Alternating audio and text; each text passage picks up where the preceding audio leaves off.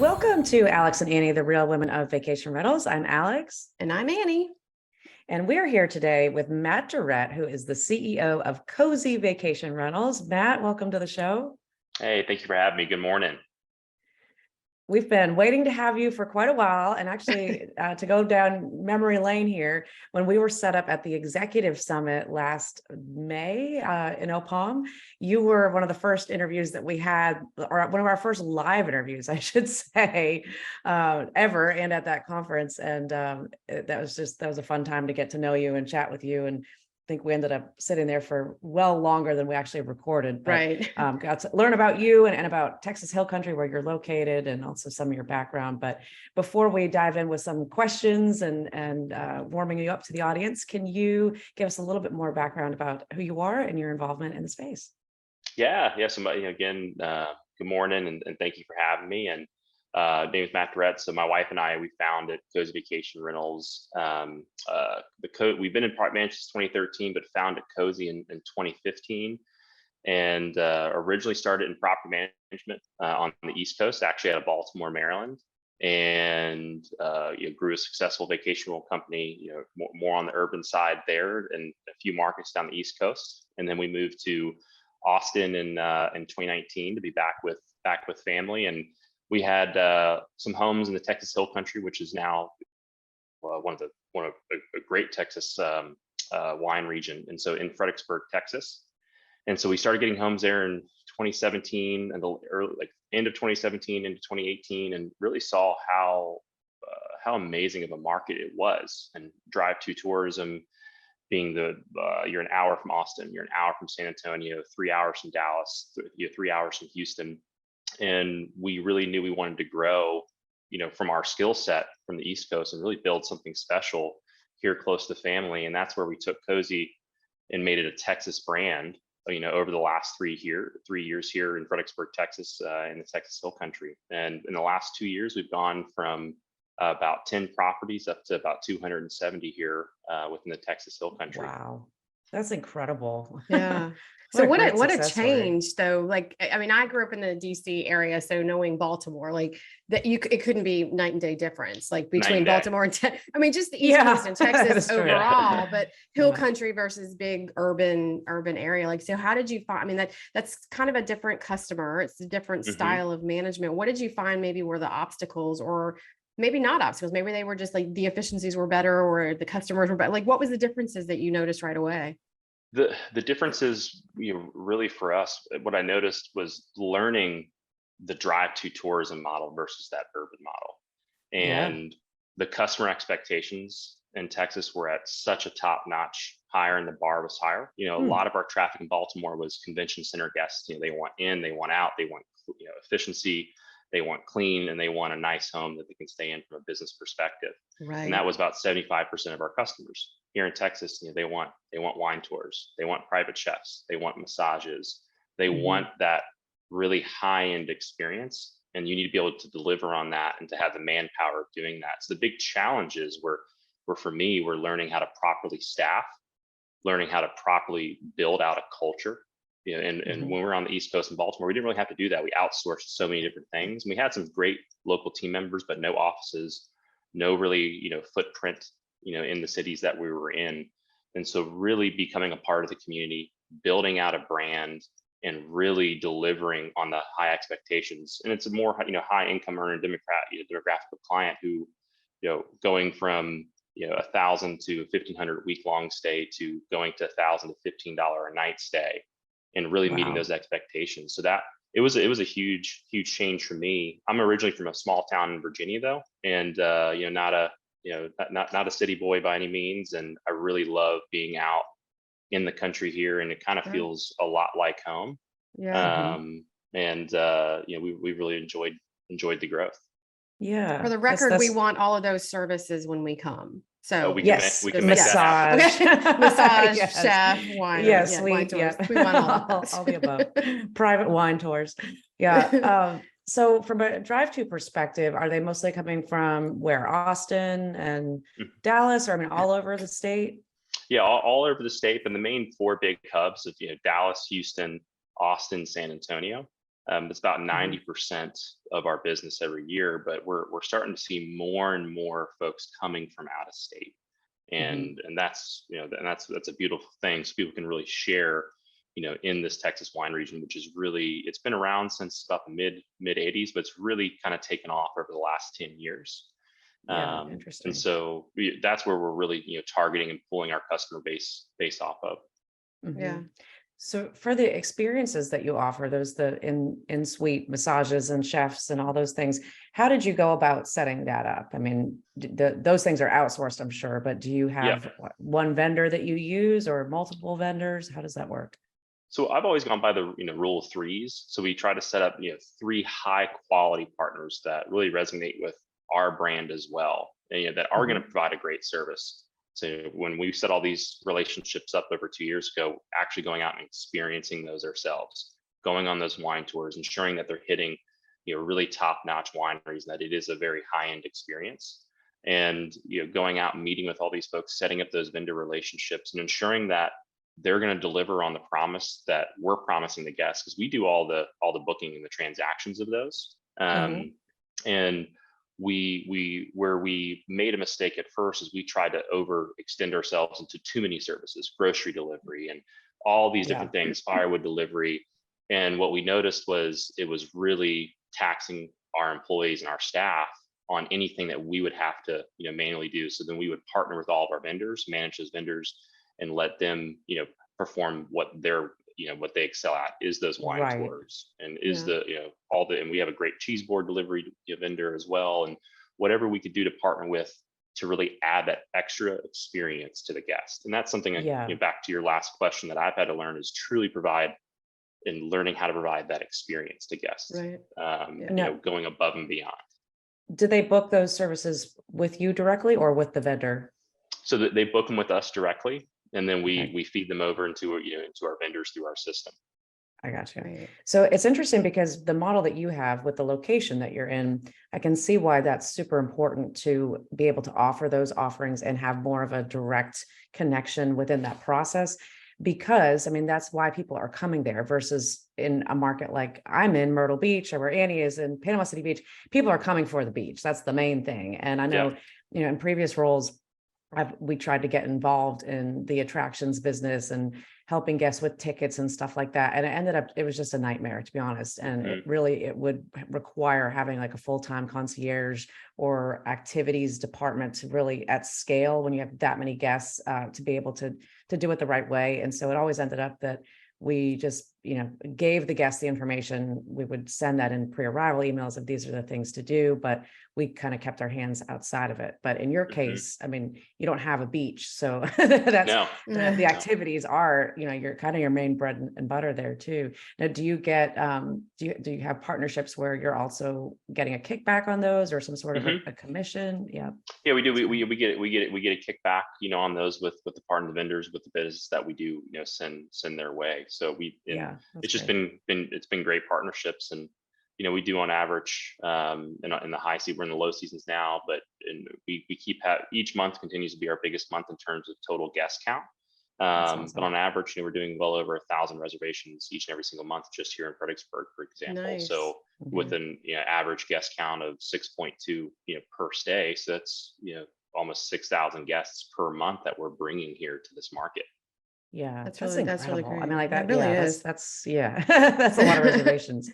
Wow. Yeah, I wanted to ask you. You mentioned something talking about getting set up there, and one of the things that we had talked to you about previously is the culture that you built at Cozi, and you have a phenomenal reputation within the industry for really honing in on what makes an organization tick, and doing all the right things. And I think that, and I may say it wrong, but the EOS program was something that you incorporated. They say EOS. Is it EOS or okay? Yeah. So you did that, and we've talked to a few people that have used it, but I think you guys really took it to the next level. I'd love to hear more about how you brought that in, or why you decided to bring that in, and how it worked out for you and where you're at with it. Yeah, and EOS single-handedly, which stands for the Entrepreneurial Operating System.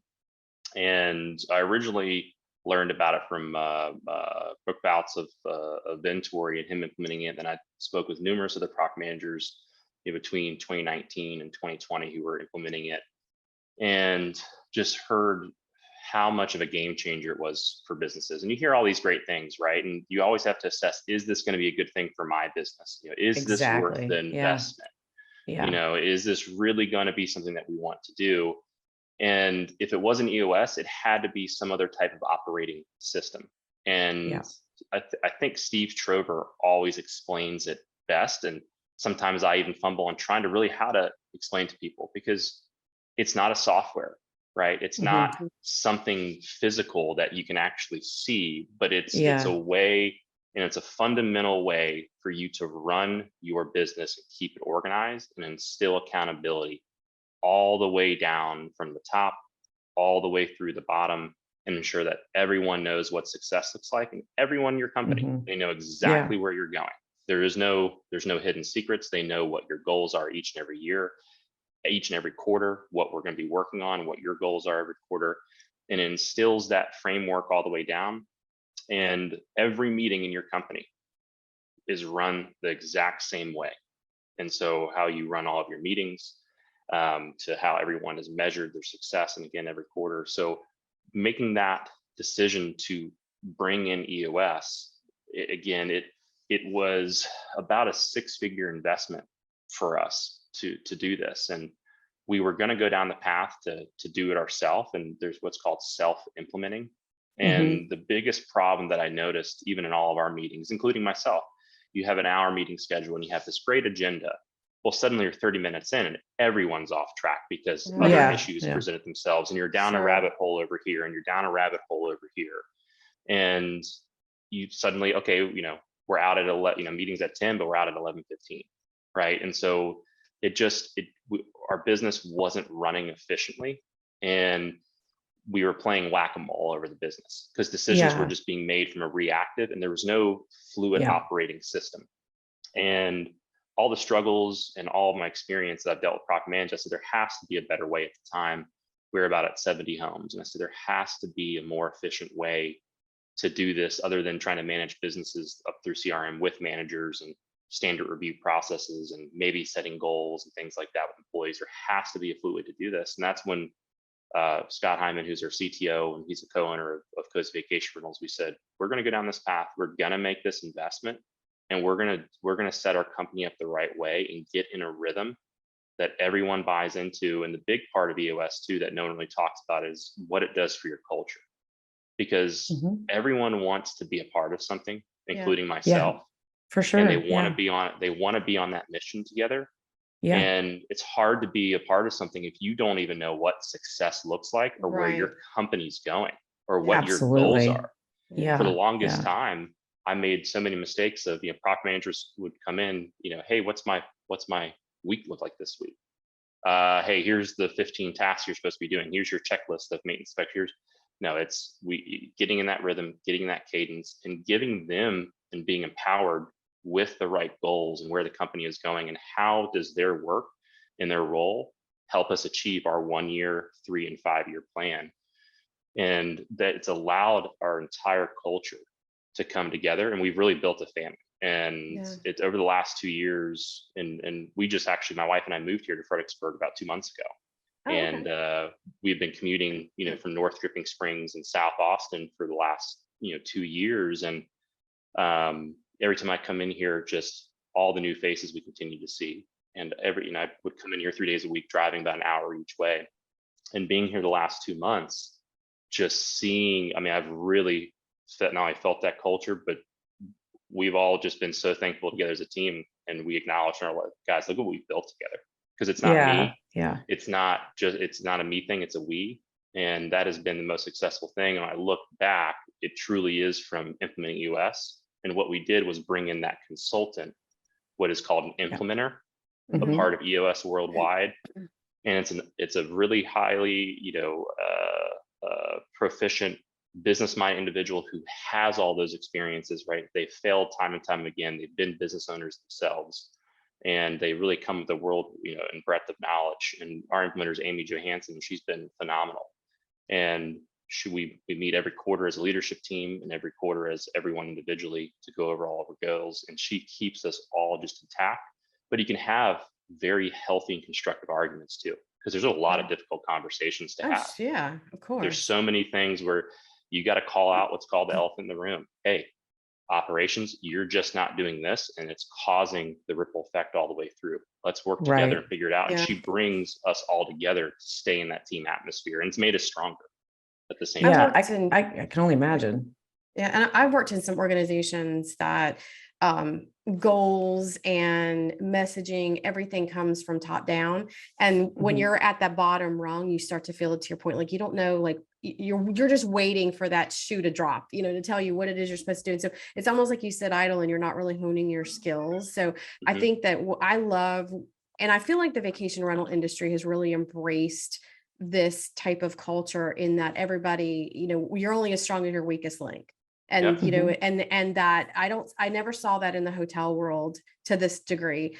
I didn't see it in the management companies that I worked for. And I know that I started a management company with my husband and some other people, and we tried that. And unfortunately, our president at the time wanted to be, at the top of the rung and make all the decisions. And it started to cause so much friction, because you got to the point where, like, you brought these people on with a knowledge base for a reason. Let them manage that portion and not micromanage everybody to the point that they just get burnout or not interested and not engaged. And so I applaud you for taking this step. I mean, again, it's a cost, but what would the cost be if you didn't do it? And look at, the growth that you've had, right? Right. I'm sure all part of it. Yeah, you can align your growth right to those things that you've learned, and you literally wouldn't have been able to do it. I mean, if you're going in a million different directions, you can't. It would have been impossible. And right to your point, Annie, it empowers everyone from.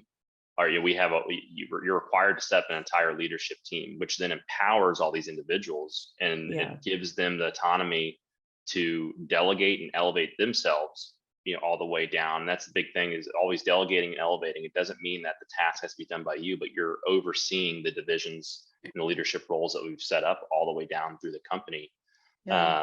And it's empowered our team to make those decisions. But what's most important, though, is it empowers them to actually make the decision to fail.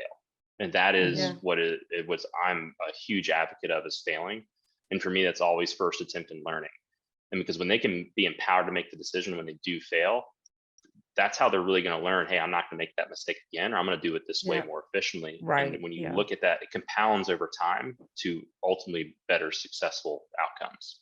The failing forward theory, like, I absolutely totally agree with that. We'll be back in just a minute after word from our premier brand sponsor, Cozi. I've done every position in this company. I started from a ground up. I was done right. I just did everything. So I've done it all. Not to say that I don't still enjoy vacuuming. I love it. You get burned out a little bit and you lose your, like, I don't know if I can do this anymore.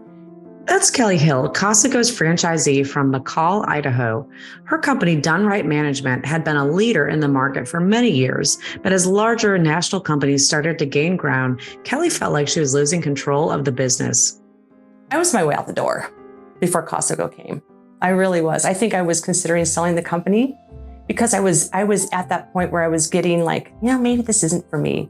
Ryan and Steve approached me, and it was like they sang a song to me, because I was like, this is what I need. I need direction. I'm looking at the bigger companies, and I'll say, Vicasa's out there, and I admire them for a lot that they do. They have a lot of bandwidth here. They have, bulk. And so they can do things a lot cheaper, and their systems are great. And I looked at Cozi as the opportunity that we needed to get there, to have some of those advantages. We asked Kelly about the transition to becoming part of Cozi and her thoughts on the benefits of becoming part of their franchise model. We had just switched to a different PMS system that same year. So it was a real challenging year, but it was so worth it, because Streamline is just, it's the best of breed. And I love touting that. When I meet with owners, I'm like, we use Streamline software. It's the best in the industry. That's the one main thing, is that the training and the support that they've given us, they are just there. Anything we need, Kelly's story is one that resonates with many of our franchisees. Switching software is a big decision. Costco's full-time support staff are here to help make this process significantly easier and more efficient than a regular software switch. Ryan and Steve, they just really said, you can still do this. We're here for you. And if we have all these things in place, your company can run smoothly, and it does. And I think that, I can take off for a week, and I know I'm going to come back and everything is running as good, if not better, than when I was here. So it's great. Visit CostcoGo.com/franchise to hear more stories from franchisees like Kelly and inquire about territory opportunities and available markets.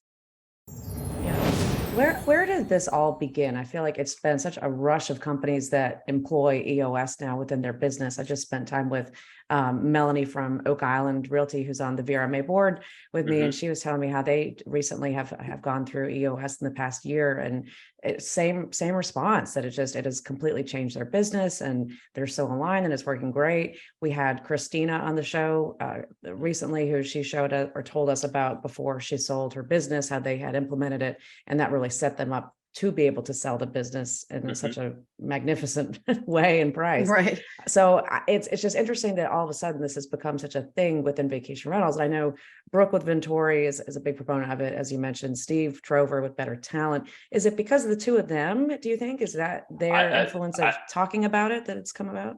I think a lot of it has been, especially, not only Brooke, but Steve with all of his hiring talks, right? And everything that he's had to do and how, from the recruiting side of things and really how that goes hand in hand sometimes with EOS. And I think it's kind of been I don't think they've realized how much effect they've had during their talks of, hey, this is a huge thing for the industry. Right. And I can't imagine if I was to own any type of operational services company, I couldn't imagine ever running an operational services company not on EOS. It really, right now, we had a big freeze here the last 3 days, and looking out right now at the window with ice and everything all over the trees. We've had to winterize all of our properties. We've had our staff has been working hand over fist to get all of our homes winterized, everything taken care of, everything that's happened here the last 3 days.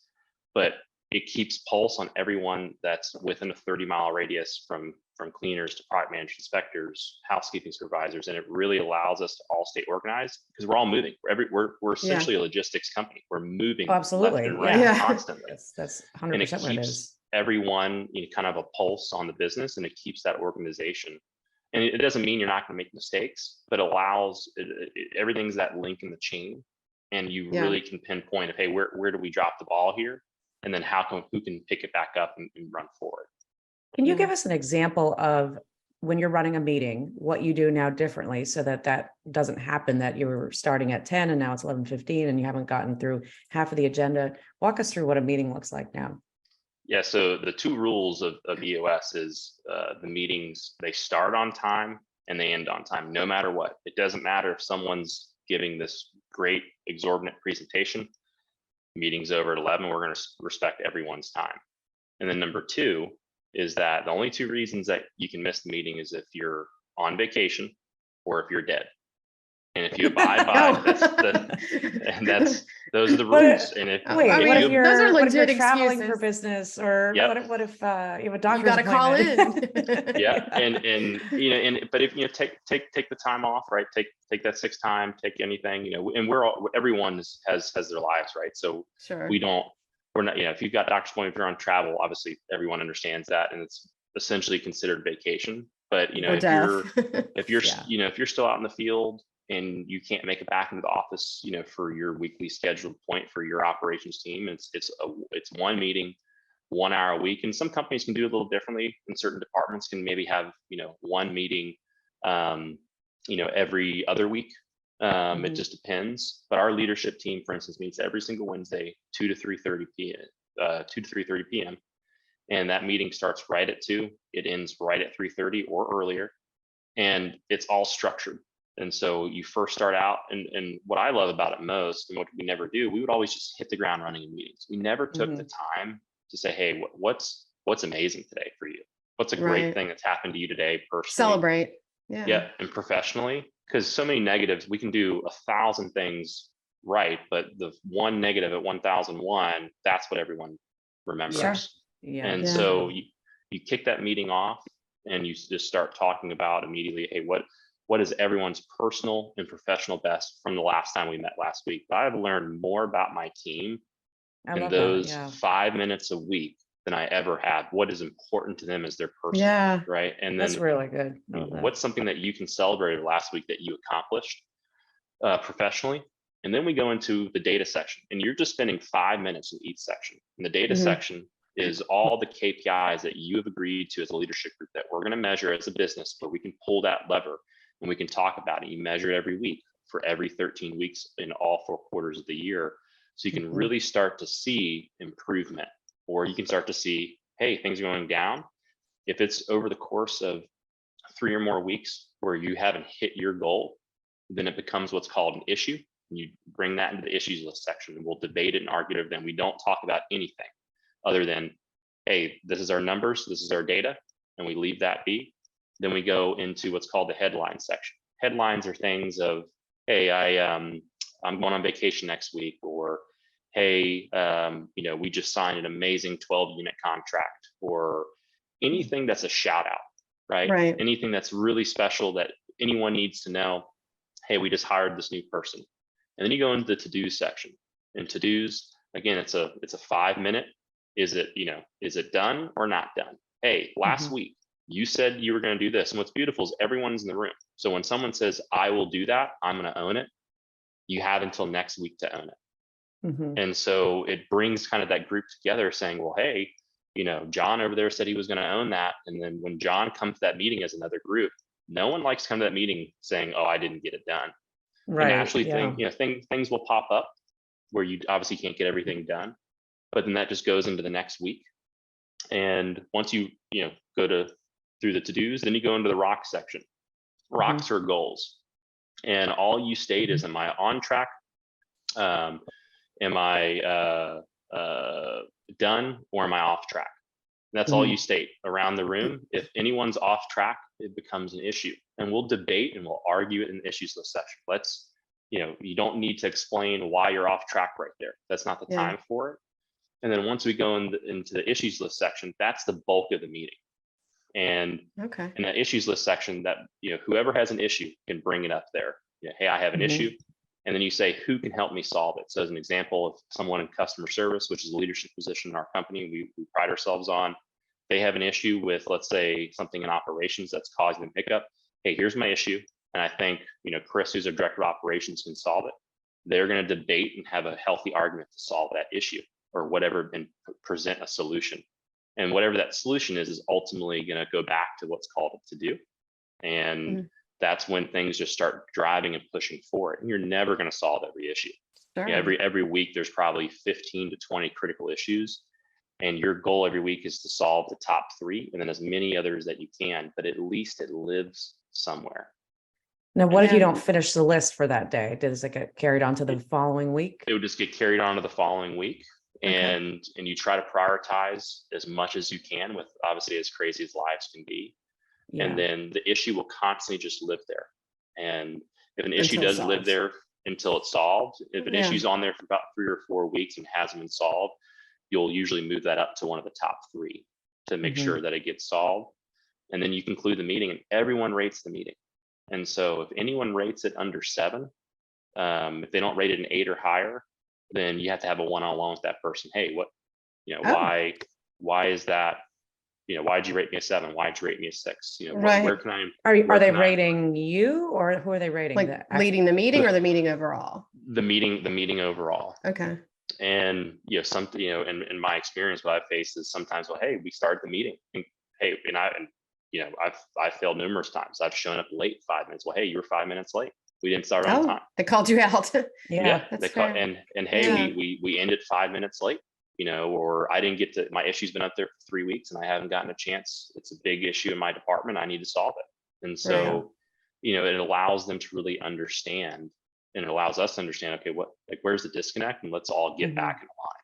What a great way to like really instill confidence in each team member, like one, empowerment, but I think two, when you come up in an organization, sometimes you get stuck in these meetings and you don't know where your voice belongs in the conversation. So keeping it very structured, I think that's really important. I'm just thinking about, different meetings that I've been in through my career where there was times where like I wanted to speak up, but I didn't have that confidence to say like I need help. So it ended up being like a bitch session off the side, which is not doing anybody any good. It needs to be in front of everybody.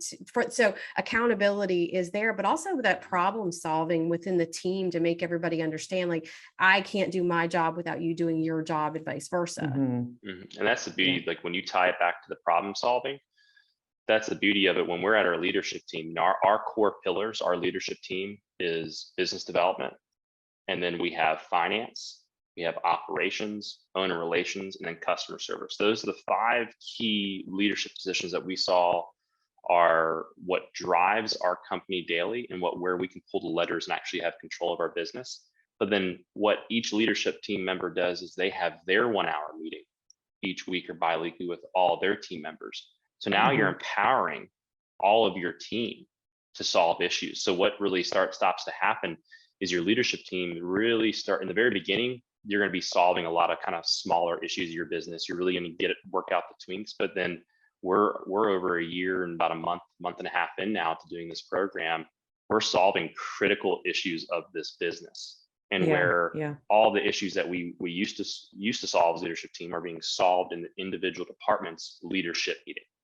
Right. So it doesn't have to bubble up to that higher level. Yeah, that makes a lot of sense. It empowers all of them to, really do what they were hired to do and feel empowered in their role, and allows them to be successful so they can, to Annie's point, speak up. Yeah. Now, do you use predictive index or culture index in personalities? Okay. Yeah. Which one? So we've used both. We use culture index as a whole company. That's like our kind of system of record index. But every time that we use Better Talent with Steve Trover to hire on a position, they always do the predictive indexing first, and we take a look at that, and then we'll map it back to the culture index as well once they do come on with us, full time. Okay. That makes sense. Annie and I took both the predictive index and the culture index tests last year. I think between our meetings with Amber Hurdle and Steve Trover separately, but they both sent it to us. So we just took them. But it's interesting. My predictive index test was much more aligned with who I actually am. The culture index one, it was close, but the predictive index one was closer. More spot on. And we've seen that a little bit too. Yeah. And there's a few things that predictive index were like, nope, that's definitely me. That's So I asked Steve Trover those things are hard. Oh, sorry. Oh no, it's okay. Yeah, I asked Steve about that. Actually last week when we were in Miami for the IMN conference, and he said that their predictive index was built after culture index. But I mean, they're based on very similar principles, but that culture index is a little bit outdated compared to how they put the traits together for predictive index. So I guess that's kind of the main difference there, but they're both good and so helpful, right? I think when you read that, it's like if everybody, I said this to Steve, I was like, you have such an advantage over anybody that you've given that test to, because you know how to do it. You know exactly how to act, right? What to say or what not to say. But it really, even in day-to-day life, I think we're just getting into implementing that within Cozigo, and we're going to be able to roll that out for our franchisees to help them as they start hiring people within their businesses, because it really, if you know certain traits of a person, not necessarily bad or good, but I mean, how they react to certain things, it gives you a better idea of that whatever they do is not personal to you. And I think it's really easy to take things personally if somebody sounds short or doesn't get back to you quickly or whatever it is. But knowing some of these things ahead of time just gives you a little bit of a leg up. I feel like everybody should have like one of those cards and just hand them out when you meet people. Yeah. I did the test, Steve. I done it, like she said, we did that. And when I was starting to look for a new role, because I knew Lexicon was going to be sunsetting, I was like, I was trying to do it kind of on the, down low, because you didn't want to talk about the fact that a company was going to go on, go down and, be sold or whatever. So it was being very careful, but so I had reached out to Steve, and Stephanie was the person that really helped me. But it was just so funny because they would identify roles and they would say like, your predictive index is perfect for this. And like, that's how they were assessing the fit.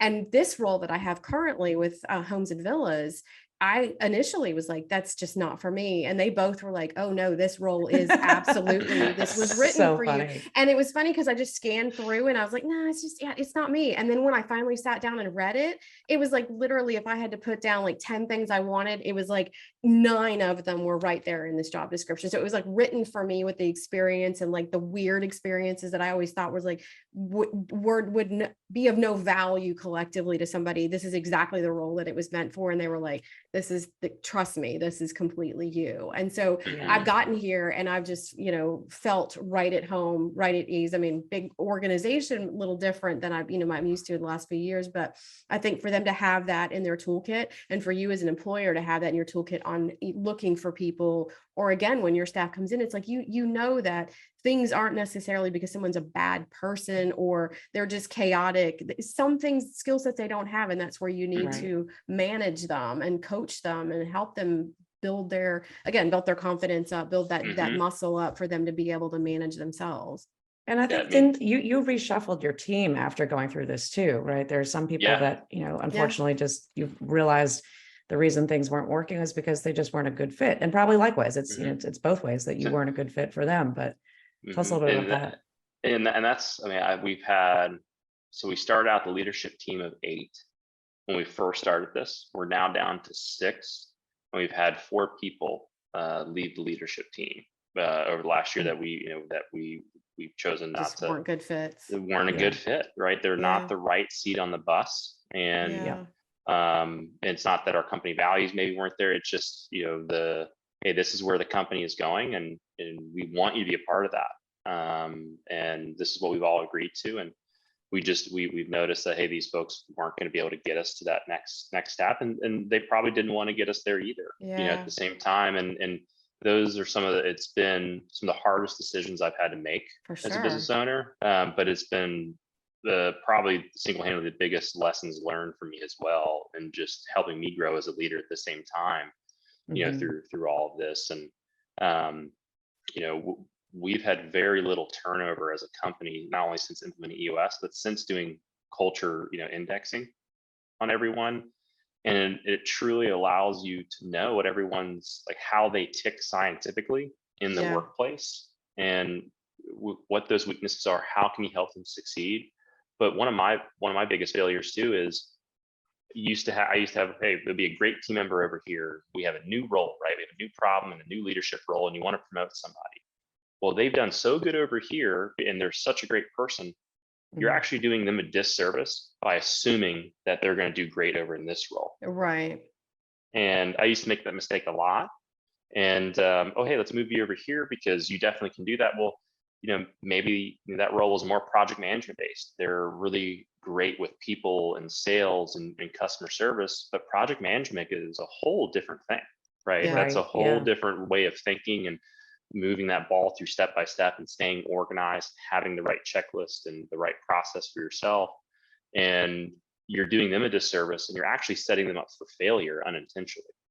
And it allows true. Very true. Now, obviously, professional and personal development has been a key theme for you and your organization in this growth period, which it just really lends itself to see why your growth has happened so amazingly too. But I know you attended the Keystone Retreats last year, and I'm curious about your experience in that, because I was supposed to go last year and I wasn't able to make it, but I'm going to be going to it very soon.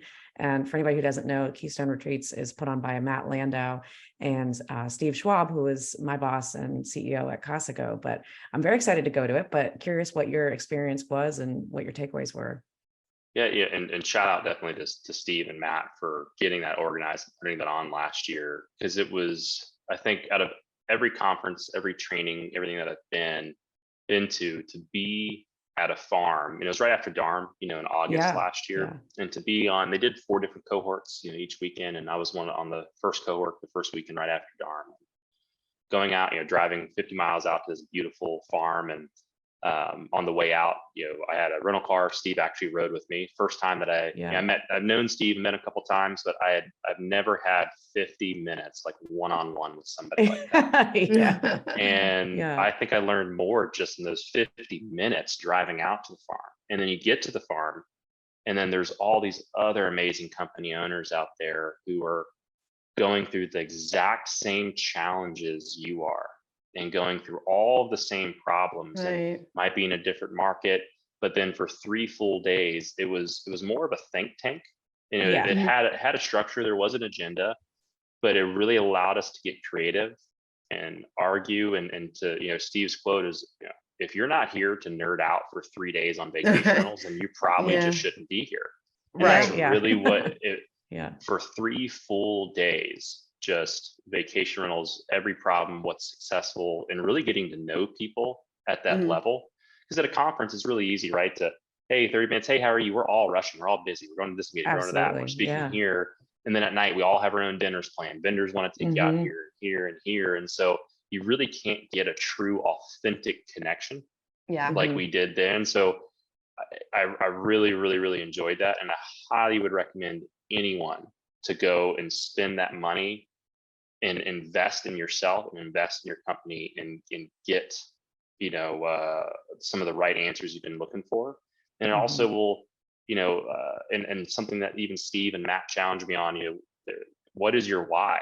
And I've always had a why and why and why, and I thought I knew what my why was. And I love growth, and I love building the business. And what it turned out was my why was, I not only love doing this for my family, but also my family downstairs here at our office. We really doing it for other people was my why. And really being able to explore that. No one's ever really asked me those type of questions. And so pulled it out of you. So it was a phenomenal retreat. So I can't remember who we talked to. Maybe it was Lauren Madewell who talked about being there and crying, having that moment. I cried too. So it was like, so Alex is going to cry when she goes. So definitely. It was that feeling of being heard and being like, okay, you understand me and where my position is. And it's funny because as someone who started out in vacation rentals and then, moved into the vendor space, I was like really insulted, like, why can't I go? It's just right. Exactly. All of a sudden you're a third world citizen. Yeah. And so Alex always says, like, I'm like, but I'm not a property manager. She's like, but you really are. You're just a special version of all of these things. Exactly. But I can imagine just the people that we have talked to that have gone to it, again, just felt like it was a safe space. They created this environment that it was like you could just say all the things that you've just been wanting to say for so long, and didn't have that audience to say it to, and feel like somebody wasn't going to come back to you with a instant solution. It was like, let me hear let's all talk about it. Like that was what I got from the conversations we've had with people. So it's wonderful that they're doing that. I think it's so needed. It really is. Yeah. Sorry, go ahead. Just having that mastermind, no matter what industry that you're in, is huge. I mean, having access to the right people, the right information can help you avoid missteps that you otherwise would have had to learn through and go through. But it's like, if it's not necessary, if you've got other people that can help you, just take advantage of that. And we really all are, no matter where we operate, we all deal with basically the same problems. So whether it's specifically really within the business day to day, or the leadership, growth and challenges and anxieties and insecurities we all have, they're very similar. So I'm very excited. I can't wait to come back and report on it after that. But I look forward to hearing about it. Thank you for sharing that. You're gonna have a great time. And the industry is so fragmented that everyone keeps talking about, it's so fragmented. But right to your point, while there might be so many different company owners, and we're all we're not as interconnected as we want it to be, in terms of, not all of us are a franchise, right? Or not all of us are owned by a Vacasa. Right. But if you really spend 3 days there, we all deal with the same at the fundamental core. It's all the same. That's not fragmented at all.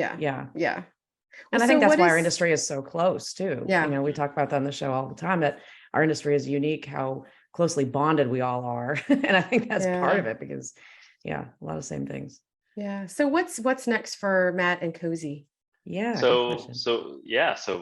Excellent question. So, this year we've reset our, going in from last year, going into the EOS model, we reset our entire marketing strategy, our 1 year, 3 year, 5 and 10 year goals.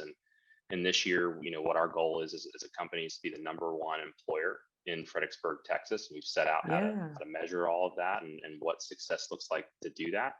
And our goal is to be at 350 high quality homes. And as a brand, we're still going to be called Cozi Vacation Rentals, but we're moving to our slogan and moving everything over to staycozi.com. And our whole theme is going to be all surrounding the Stay Cozi. And my wife and I didn't touch too much on it, and I'm very thankful for her. We started this business together, and when we really looked at the fundamentals of why we called Cozi, our biggest thing that we noticed was people spend the most time in bed when they're at a vacation rental. It's 8 straight hours, having a really cozy environment, a cozy house where they can experience that, and having high quality sheets, high quality linens, high quality towels, and really getting back to that and really enforcing that into our brand and everything we do. And so as we move forward from here today, everything we do is going to be all around staying cozy for both our owners and for our customers. And that's where we're heading as a Cozi family here. And we've gotten a little bit away from that unintentionally, because all the complexity of all the different owner requirements, what certain owners want and some of these owners don't want. And at scale, how do you really implement that? But that's going to be our foundational and our footprint going forward, is just all about staying cozy, being authentic to our Texas customers, and becoming that really great Texas brand that people resonate with. And then also really investing and providing into our owners and their experience. That's where we're heading, because the guest bar, it has to be there no matter what, right? Sure. Exceptional customer service. We've really figured that out, and exceptional cleaning. We got that down pat, but we really need to, be there for our owners, and we always have been, but the industry is moving to more transparency and more education, and really wowing our owners, because without owners, you can't have great employees, and without great employees, you can't service those guests. Yep. So it all starts with the owners. That's 100% true. Wow. Well, I think this is going to be another year of incredible growth for Cozi, and all these steps that have led you to this point, they've all been in the right alignment. And this is now going to be super exciting to watch as you continue to move up. And I hope that you guys do become the #1 employer in Fredericksburg. I don't know how you possibly couldn't, but that's impressive. Thank y'all. Thank you so much. Awesome. And congrats to both y'all. And I love watching what y'all are doing, and you're doing so many great things for the industry. Thank you. It's a pleasure having you guys too. I appreciate that. So if anybody wants to get in touch with you, Matt, what's the best way to reach you? Yeah. So my email, matt@cozivr.com. Okay. Feel free to email me at any time, and I've open door. I would love to talk to anyone. And that's what's helped me the most in the industry, is the amount of people that I've reached out to at any difficult situation, and they've always been there. And so always make sure I reciprocate it back. We're a very gracious group. Yeah, for sure. If anybody wants to get in touch with Annie and I, you can go to alexandanniepodcast.com. And until next time, thank you for tuning in, everybody.